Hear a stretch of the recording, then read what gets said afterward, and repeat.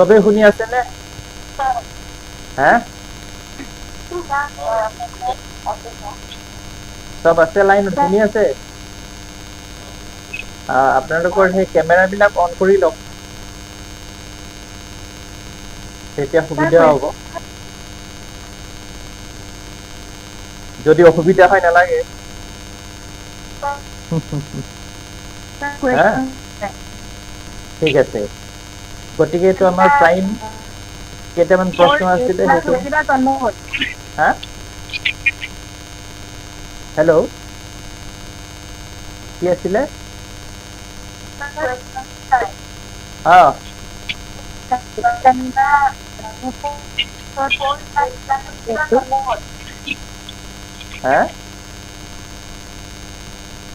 নেটৱৰ্কৰ প্ৰব্লেম হৈ আছে তো, ভইচটো শুনা নাই নেটৱৰ্ক ইছ্যুৰ কাৰণে।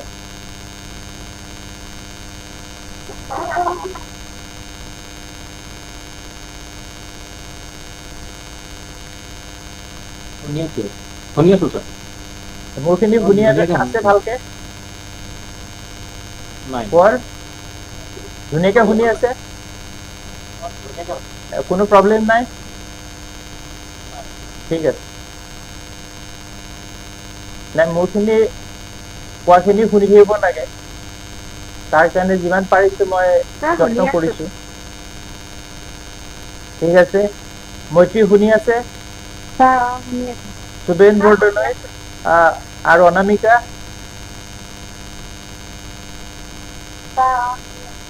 ঠিক আছে, তাৰপিছত আমি অন্য এটা দৰকাৰী এইখিনি আমি আলোচনা কৰো। আপোনালোকক আমাৰ গ্ৰুপত চাৰ্ট কেইখনমান দি দিছিলো, গতিকে চাৰ্টখনৰ দুখন আছিলে নেটেল আৰু 3খন আছিলে প্ৰশ্ন।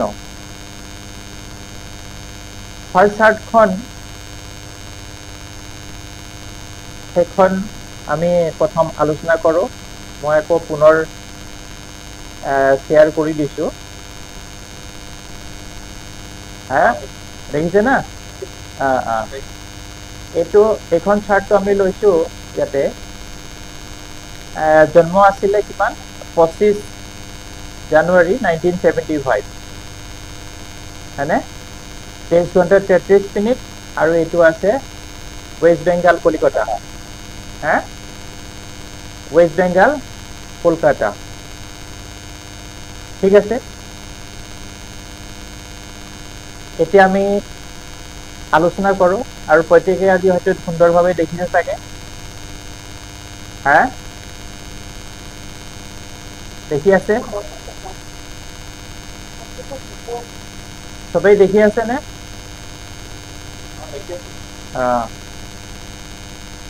নেদেখিলেতো কবই আৰু, নহয় জানো?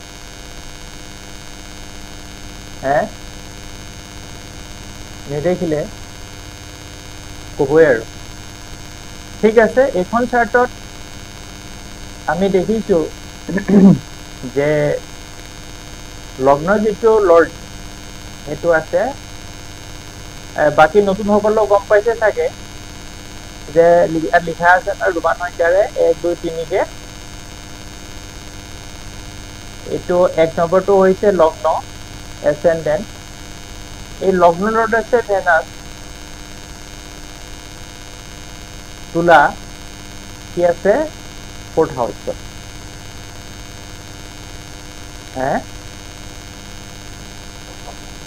4th হাউসত আছে।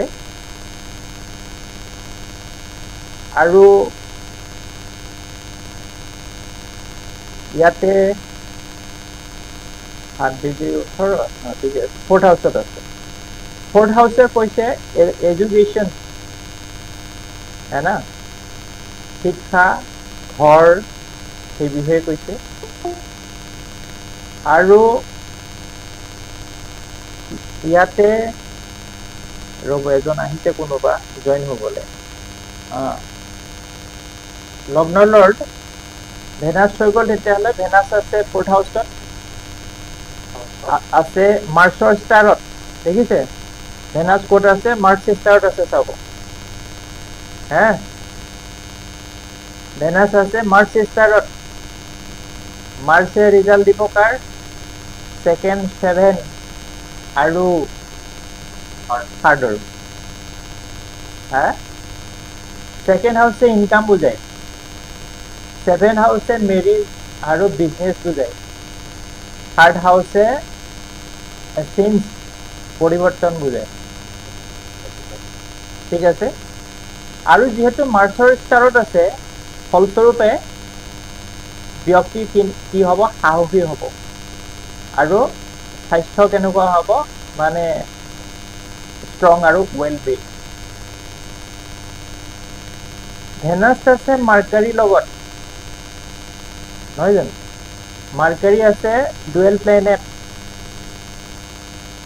ডুৱেল প্লেনেট হোৱাৰ কাৰণে তেতিয়াহ'লে মনটোত ডুৱেলিটি, তাৰমানে একাধিক চিন্তা আহি থাকিব। আৰু অন্যহাতে মাৰ্কাৰী হৈছে মানে টেলেণ্ট ইন ইঞ্জিনিয়াৰিং, है ना? ফলস্বৰূপে একাধিক বিষয়ৰ জ্ঞান, নলেজ সংগ্ৰহ কৰিব। আৰু মাৰ্কাৰীৰ লগত ভেৰি ক্ল'জলি কনজাংচন হোৱাৰ কাৰণে মাৰ্কাৰী আছে 9 and 12, তাৰমানে জন্মৰ পৰা বহু দূৰতহে সৌভাগ্য প্ৰাপ্তি হ'ব। আৰু থাৰ্ড হাউচেতো চেঞ্জ অফ ৰেচিডেন্সো কয়, নহয় জানো? গতিকে ব্যক্তিজনৰ তেতিয়াহ'লে আমি যিটো পটেঞ্চিয়েলিটি, সেই বস্তুটো গম পালো। পংকজ শুনি আছে না?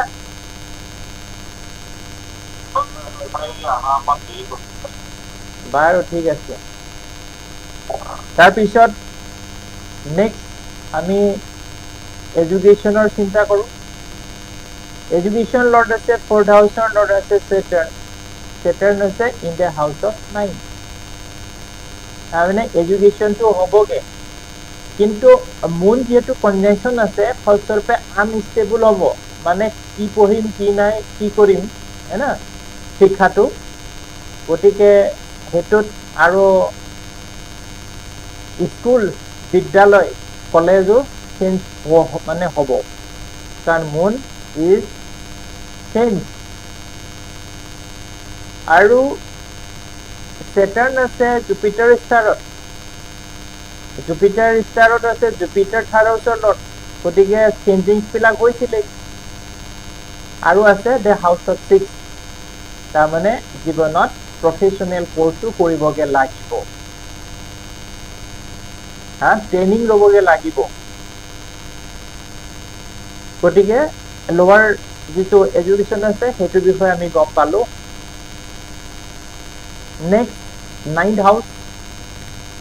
9th হাউচৰ লৰ্ড আছে মাৰ্কাৰী। মাৰ্কাৰী আছে 4th হাউচত। 4th হাউচো এডুকেশ্যন বুজায়।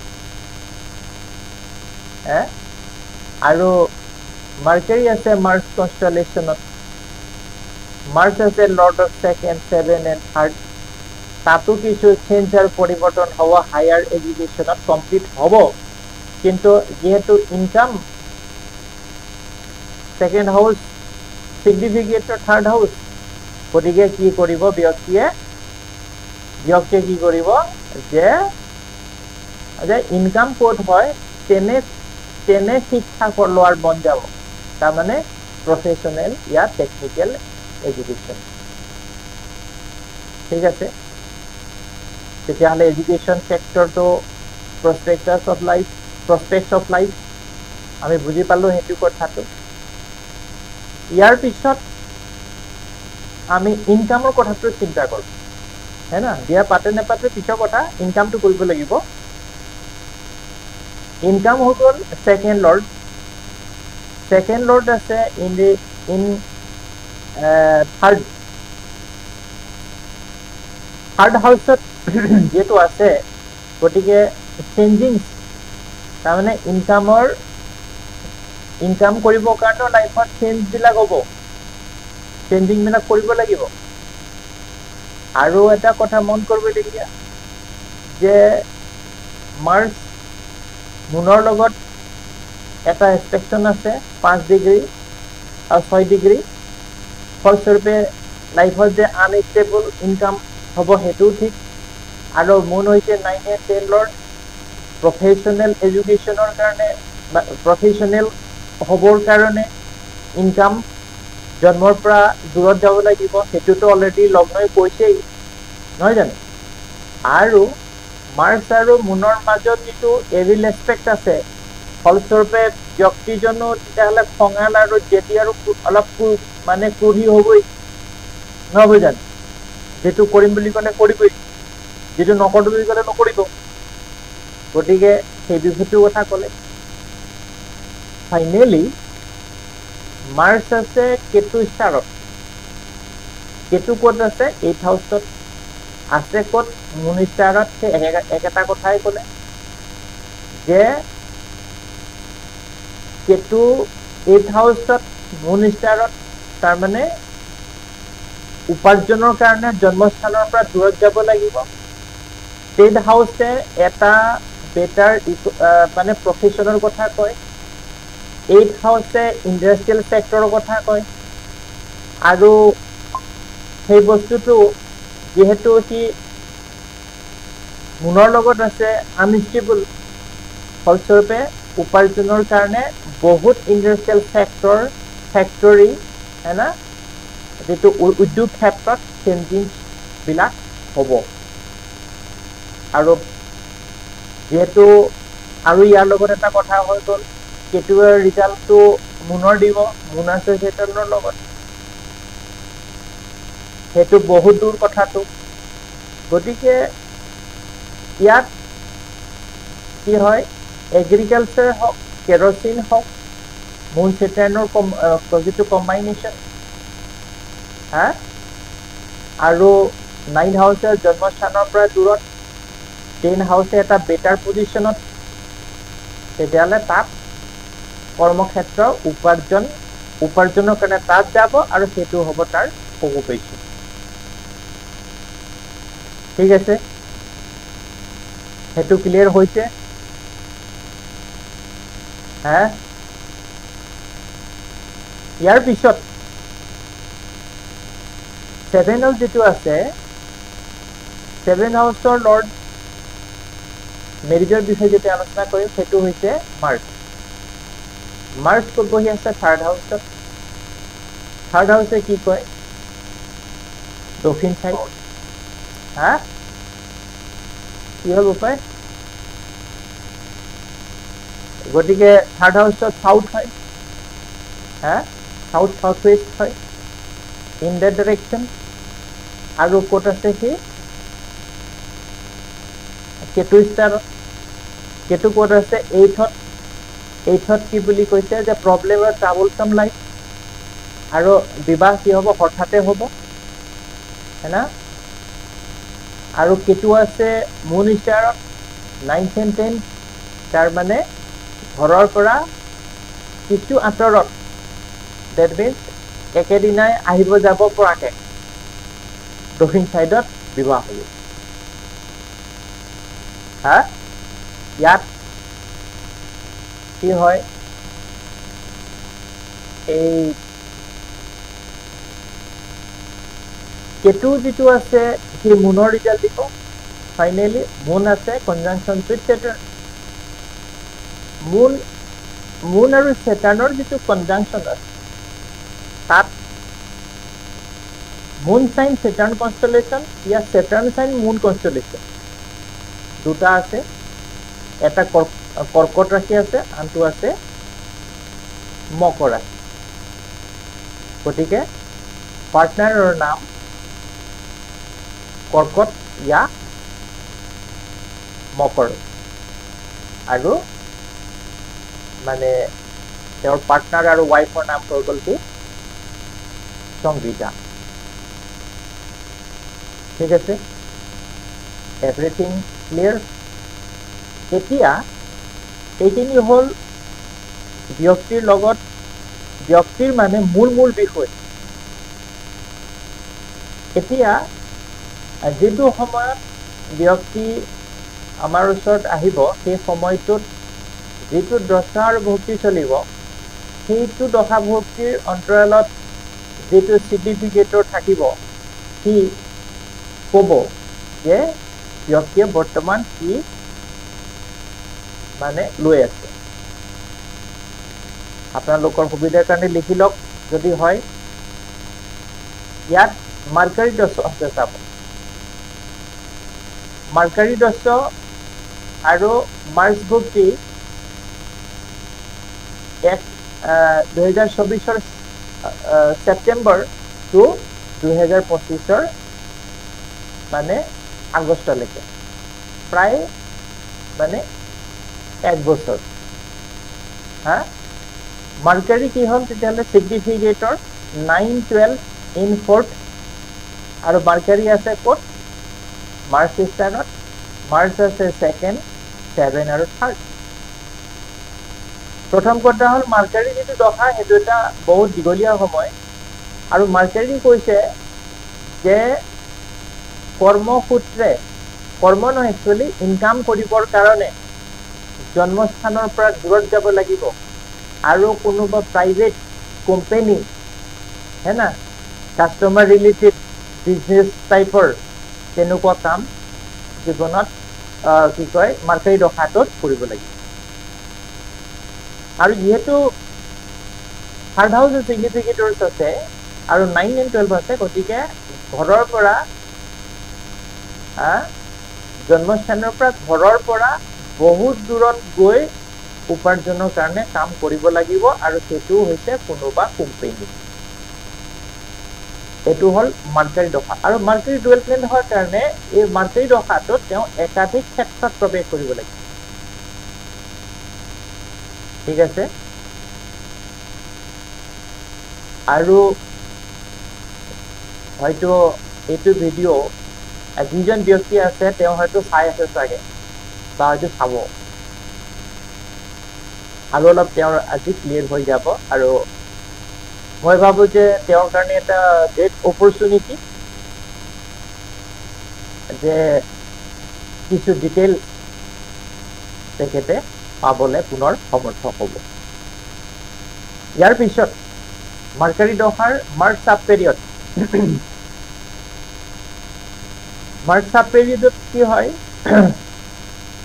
মাৰ্চ কি হল 2nd 7 আৰু 3rd লৰ্ড 3rd হাউস চিগনিফিকেটৰ মাৰ্চ আছে 9th 9 ডিগ্ৰী 28ত কেতু ষ্টাৰ কেতু আছে 8ত আৰু কেতুৱে ৰিজাল্ট দেখাব কৰ 9 and 10 প্ৰথম কথা যে এই মাৰ্চ সাব পিৰিয়ডত ব্যক্তিৰ কৰ্মক্ষেত্ৰ যেটো আছে না যেটো কোম্পানী চেঞ্জ হ'ব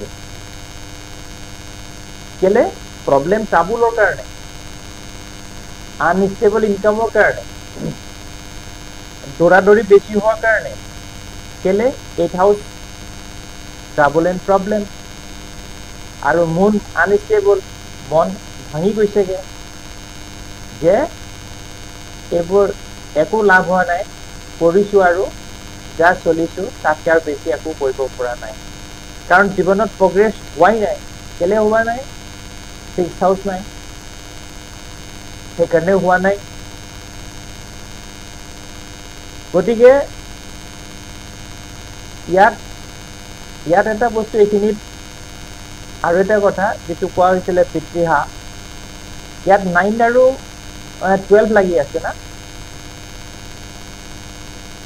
ফলস্বৰূপে lost of father या বা away from father's home है ना গতিকে সেই সূত্ৰে বাহিৰ থকাৰ কথা কৈছে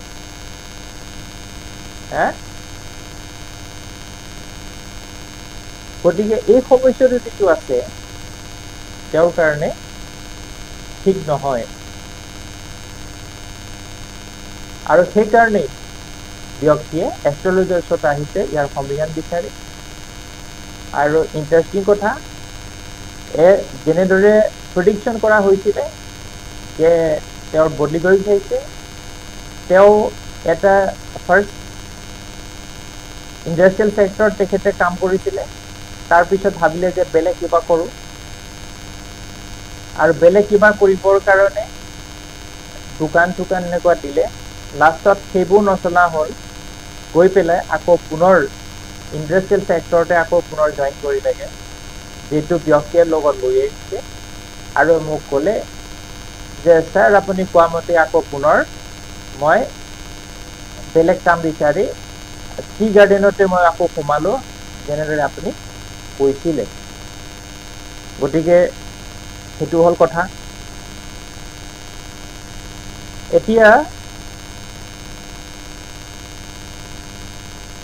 ৰিভিটি হিচাপত কি হয় প্ৰথম কথা হৈছে কি লকডাউন যিটো লৰ্ড আছে সি আছে দুৰ্বল নহয় জানো আৰু মাৰ্চে এপ্লিক কৰিছে মুনক আৰু ছেটাৰ্ণক গতিকে পাৰ্লটো এচেঞ্চিয়েল হৈ গ'ল হা মুক্তাটো এচেঞ্চিয়েল হৈ গ'ল দ্বিতীয়তে চন্দ্ৰক যদি পাৱাৰফুল কৰি দিয়া যায় মুন এক্সপেক্টিং লগ্ন এণ্ড চিট তেতিয়াহ'লে ব্যক্তিৰ লাইফটো বেলেঞ্চ হৈ যাব আৰু অন্যহাতে 4th and 5th আছে ছেটাৰ্ণ ফলস্বৰূপে ইয়াৰ লগত যদি গোমেৰতকে যদি নিলম ধাৰণ কৰোৱা যায় তেতিয়াহ'লে পাৰ্মানেণ্টলি ব্যক্তিৰ জীৱনত সুন্দৰ ৰিজাল্ট পাব আৰু জীৱনৰ 16 অনাই লাভান্বিত হ'ব